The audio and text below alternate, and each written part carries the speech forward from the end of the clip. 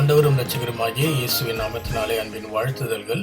இந்த நாளிலேயும் நாம் ஏசாயா தீர்க்க தரிசன புஸ்தகத்திலே 5ஆம் அதிகாரத்திலிருந்து 8ஆம் அதிகாரத்தை தியானிக்க இருக்கிறோம்.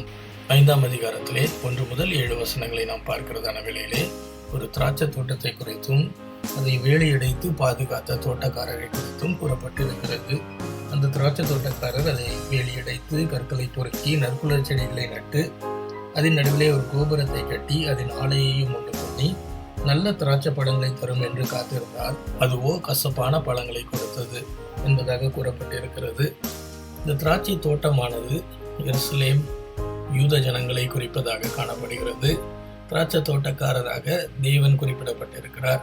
தேவன் இஸ்ரவேல் ஜனங்களுக்கும் யூத ஜனங்களுக்கும் தம்முடைய சொந்த ஜனங்களாக அவர்களை பாதுகாத்து வழி நடத்தி அவர்களுக்கு வேண்டிய எல்லாவற்றையும் அருளி இருந்தாலும் அவர்கள் தேவன் விரும்பிய பிரகாரமாக வாழவில்லை என்பதை உணர்த்தும் விதமாக இந்த உவமை போன்ற காரியத்தை வைத்து ஏசாயா விளக்குகிறதை நாம் பார்க்கிறோம்.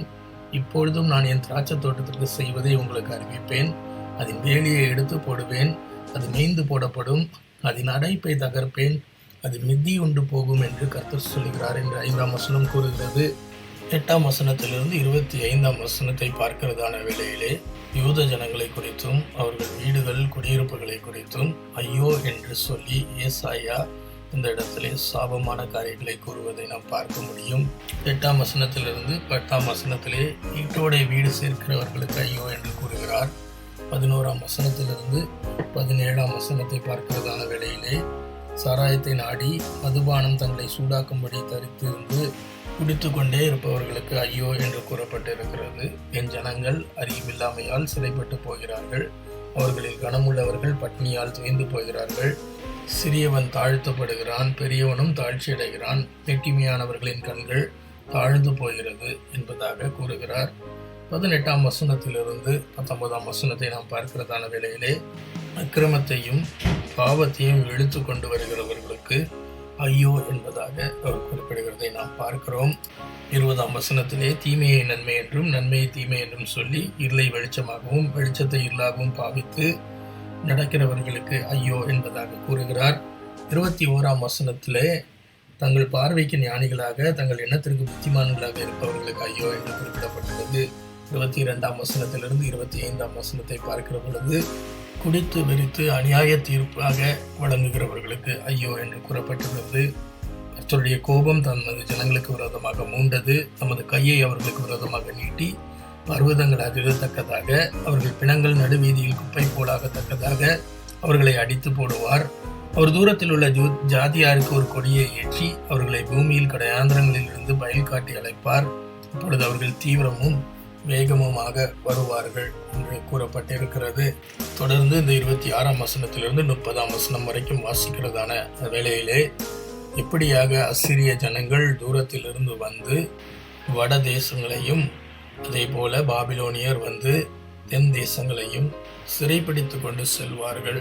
அதன் மூலமாக இந்த வட சாம்ராஜ்யம் தென் சாம்ராஜ்யம் தள்ளுண்டு போகும் என்பதை ஏசாயா தீர்க்க தரிசனமாக கூறுகிறதை நாம் காண முடியும். 6ஆம் அதிகாரத்திலே உசியா ராஜா மரணம் அடைந்ததான அந்த வருஷத்திலே தானே ஏசாயா கர்த்தர் உயரமும் உன்னதமான சிங்காசனத்திலே வீட்டிற்க கண்டேன் என்பதாக கூறுகிறார். அவருடைய வஸ்திர தொங்கலால் தேவாலயம் நிறைந்திருந்தது என்று கூறப்பட்டுள்ளது.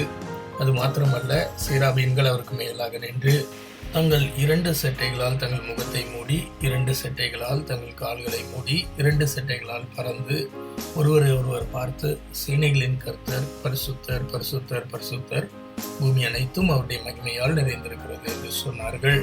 இந்த சத்தத்தினாலே வாசல்களின் நிலைகள் அசைந்து ஆலயம் புகையினாலே நிறைந்திருந்தது. இதை பார்த்த நான் ஐயோ அதமானேன், நான் அசத்த உடல்களுள்ள மனுஷன், அசுத்த உடல்களுள்ள ஜனங்களின் நடுவிலே வாசமாயிருக்கிறவன் என்று சத்தமாக சொன்னேன். அது மாத்திரமல்ல, சேனைகளின் கர்த்தராகிய ராஜாவை என் கண்கள் கண்டதே என்று கூறினேன். அப்பொழுது அந்த சேராபீன்களில் ஒருவன் பலிபீடத்திலிருந்து தன் கையில் பிடித்த குரட்டால் ஒரு நெருப்பு தழலை எடுத்து என்னிடத்திலே வந்து என் வாயை தொட்டு, இதோ இது உன் உதடுகளை தொட்டதினாலே உன் அக்கிரமம் நீங்கி உன் பாவம் நிவர்த்தியானது என்று கூறினான். அப்பொழுது எனக்கு ஒரு சத்தம் கேட்டது, யாரை நான் அனுப்புவேன், யார் நமது காரியமாய் போவான் என்கிறதாக ஒரு சத்தம் கேட்ட பொழுது இதோ அடியேன் இருக்கிறேன், என்னை அனுப்பும் என்பதாக நான் கூறினேன். அதற்கு அந்த சத்தம், நீ போய் இந்த ஜனங்களை நோக்கி, நீங்கள் காதார கேட்டு உணராமலும் கண்ணார கண்டு அறியாமலும் இருங்கள் என்று சொல். இந்த ஜனங்கள் தங்கள் கண்களினால் காணாமலும் காதுகளினால் கேளாமலும் இருதயத்தினால் உணர்ந்து குணப்படாமலும் நான் அவர்களை ஆரோக்கியமாக்காமலும் இருக்க, நீ அவர்கள் இருதயத்தை கொடுத்ததாக்கி அவர்கள் காதுகளை மந்தப்படுத்தி அவர்கள் கண்களை மூடி போடு என்று கர்த்தர் என்னோடு பேசினார். அப்பொழுது நான், ஆண்டவரே, எதுவரைக்கும் என்று கேட்டேன். அதற்கு அவர், பட்டணங்கள் குடியில்லாமலும் வீடுகள் மனுஷ சஞ்சாரம் இல்லாமலும் பாழாகி பூமி அவாந்திர வெளியாகி கர்த்தர் மனுஷனை தூரமாக விலக்குவதினால் தேசத்தின் நடுமையை முற்றிலும் நிர்மையாக்கப்படும் வரைக்கும் என்பதாக கூறினார். ஆகிலும் அதில் இன்னும் 10 பங்கு இருக்கும், அதுவும் திரும்ப நிர்மூலமாக்கப்படும்.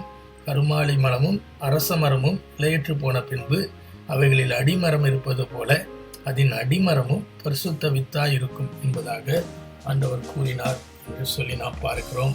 இந்த வார்த்தைகள் யாவும் தேவன் இஸ்ரவேல் ஜனங்களையும் யூத ஜனங்களையும் அவர்களுடைய அக்கிரமங்களின் நிமித்தம் தங்கள் சத்துருக்களின் கையிலே ஒப்புக் கொடுக்க போகிறதின் அடையாளமாக கூறப்பட்டிருக்கிறது. ஆனாலும் தேவன் தமக்கென்று ஜனங்களை தெரிந்து கொள்வார் என்பதையும் நாம் பார்க்கிறோம். 7ஆம் அதிகாரம் உசியாவின் குமாரனாகிய யோதாமின் குமாரன் ஆகாஸ் என்னும் யூதா தேசத்தின் ராஜாவின் இடத்திலே ஏசாயா பேசியதான கூறப்பட்டிருக்கிற காரியங்களை நாம் பார்க்க முடிகிறது.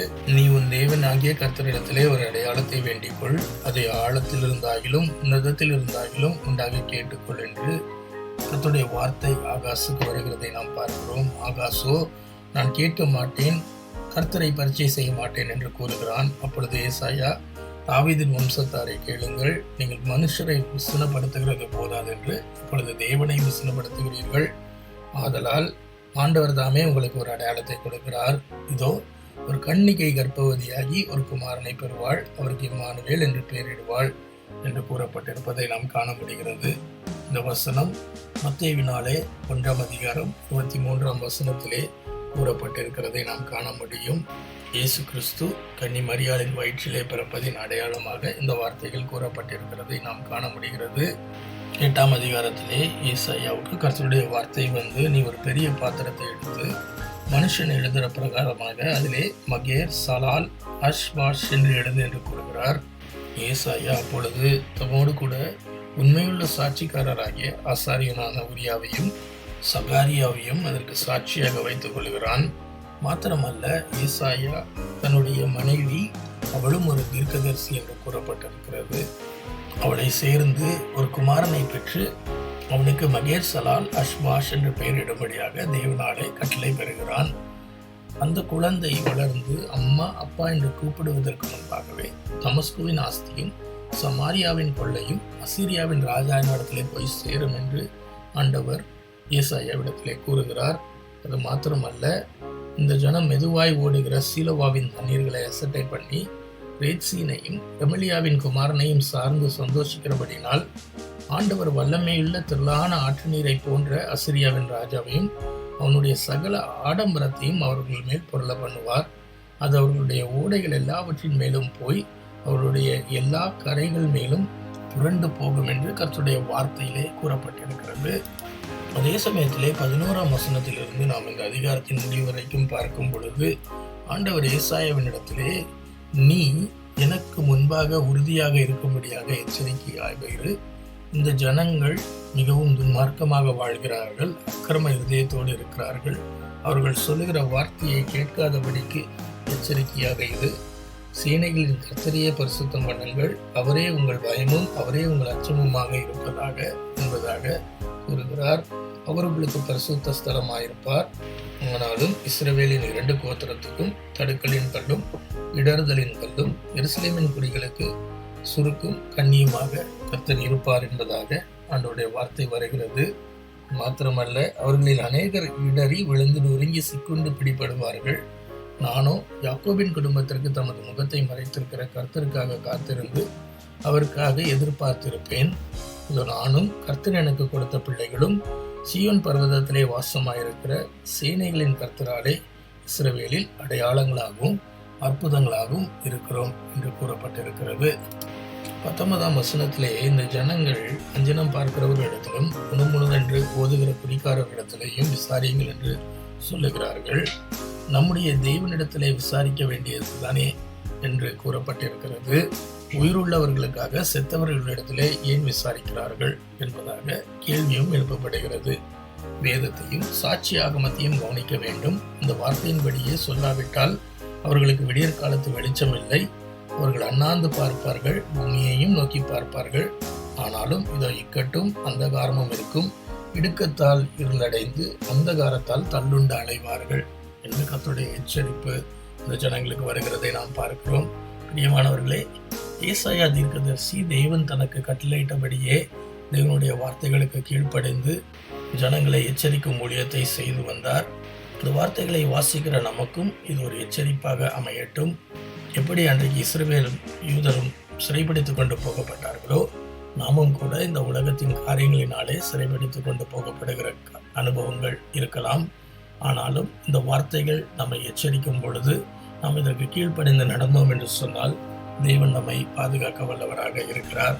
நம்முடைய வாழ்க்கை இப்படியாக மாறட்டும். ஆண்டவர் தாமே இந்த வார்த்தைகளை ஆசீர்வதிப்பாராக. நாளைக்கும் வேறொரு பகுதியை தியானிப்போம். God bless you.